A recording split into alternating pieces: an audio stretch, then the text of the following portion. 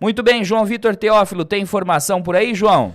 A Procuradoria-Geral da República se manifestou de forma favorável à manutenção da prisão preventiva do ex-deputado federal Roberto Jefferson, preso e internado em um hospital particular do Rio de Janeiro desde julho de 2023, depois de uma queda provocar traumatismo craniano. Em uma nova manifestação, a defesa de Jefferson citou o delicado estado de saúde dele e pediu que a revogação da prisão preventiva fosse substituída por medidas cautelares ou ainda prisão domiciliar. Também argumentou que os crimes estão sujeitos ao prazo prescricional reduzidos à metade por ter 71 anos. Quanto à prescrição, a Procuradoria-Geral da PGR afirmou que só caberia em ocasião de eventual sentença condenatória. Sobre o relatório médico, diz que o Hospital Samaritano Botafogo, onde o ex-deputado está internado, não indicou quais tratamentos seriam incompatíveis de serem prestados no sistema carcerário. Em julho, os advogados defenderam que Jefferson prosseguisse com o tratamento médico em domicílio. O relatório do hospital endossou que ele deveria continuar o tratamento fora do ambiente hospitalar para evitar risco de infecções. Léo. Quero ouvi-lo, Cláudio Cofani. O Paulo Salim Maluf, quando foi preso, apontou-se a situação de saúde dele, que era idoso. Preso aqui no estado de São Paulo, um cara que ficou famoso pela corrupção, acusado de corrupção, apontado por corrupção, dos anos 70 em diante, famosíssimo. Foi preso. Aí, como ele tinha mais de 70 anos, um advogado no exercício correto da defesa da advocacia e dos direitos do seu cliente, mostrou o estado de saúde dele, juntou exames, mostrou a situação dele e pediu para ele sair do regime fechado para o regime prisão domiciliar. Aí o que o tribunal fez? O tribunal concedeu. É o básico do princípio da dignidade da pessoa humana, previsto no artigo 1º, inciso 3º da Constituição Brasileira. Artigo 2º, quer dizer. É o básico. Aí, eu como advogado e milhares de advogados, nós temos pessoas que estão presas, que têm doenças. Você entra com um pedido mostrando ao Poder Judiciário que a pessoa tem estado de saúde deplorável, que a pessoa está numa situação de muita restrição de saúde e pede para converter do regime de prisão fechado para o regime domiciliar. É muito comum, quando devidamente fundamentado com exames, o Poder Judiciário conceder esse direito, porque é o princípio da dignidade da pessoa humana. Quando a mulher do Sérgio Cabral, um dos mais condenados corruptos da história do Brasil, com centenas e centenas de anos de condenações acumuladas, a mulher do Sérgio Cabral foi presa com o marido, porque era cúmplice do marido nos esquemas de corrupção, os advogados dela entraram com pedido de conversão do regime fechado em regime domiciliar, porque ela tem filhos menores de 12 anos e as crianças precisam da mamãe.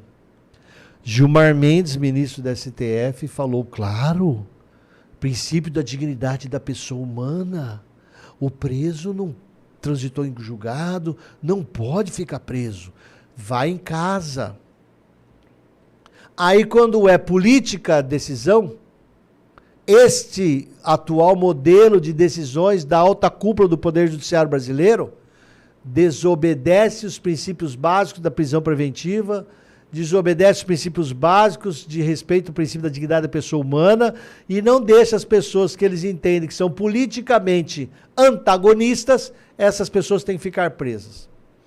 Presas sem o devido processo legal, presos preventivamente. A prisão preventiva é um nome adotado muito bonitamente para proteger pessoas, para proteger a sociedade contra pessoas cuja crime é tão sério para a sociedade que você não pode esperar o devido processo legal com condenação e trânsito em julgado.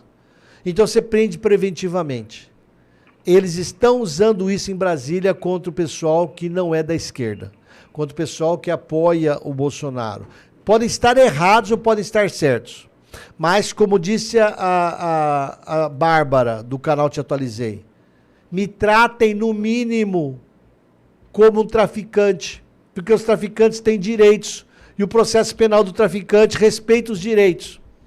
Mas para as pessoas politicamente expostas, eles não respeitam mais direitos. A PGR com o Gonê assume cada vez a posição de polícia de governo, alinhada ao ministro da STF. Lembrando que nós temos o artigo 15 da Constituição brasileira. Por exemplo, é vedada a cassação de direitos políticos nos casos de cancelamento por sentença transitada em julgado ou condenação criminal transitada em julgado. Não tem trânsito em julgado para o Roberto Jefferson, nem para o Daniel Silveira, nem para o Rodrigo Constantino. Não tem trânsito em julgado para o Alan dos Santos. Não tem trânsito em julgado para o Paulo Figueiredo. Não tem trânsito em julgado de condenação para essas pessoas que estão sendo punidas, mantidas presas ou banidas, ou passaporte cancelado, porque elas fizeram manifestação crítica aos poderes constitucionais, fizeram manifestação crítica de reivindicação a garantias constitucionais. Isso está previsto no artigo 359-T de temperatura do Código Penal Brasileiro, de que não é crime contra o Estado Democrático de Direito a manifestação crítica aos poderes constitucionais. Não é crime ao Estado Democrático de Direito a reivindicação de direitos e garantias constitucionais. Não é crime. E quando eles entendem que deve ser mantido preventivamente presas tais pessoas, quando eles entendem que deve banir tais pessoas, cancelando o passaporte, congelando contas bancárias, nós temos uma afronta à Constituição e ao Estado Democrático de Direito. Isso está sendo perpetrado no Brasil por pessoas que são formadas em direito, atuantes em direito, com altíssima qualidade intelectual, porque elas optaram por um caminho político partidário.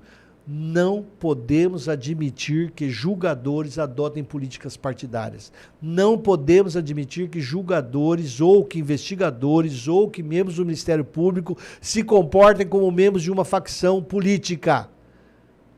A Constituição exige impessoalidade. Isso não ocorre também nesse caso no Brasil.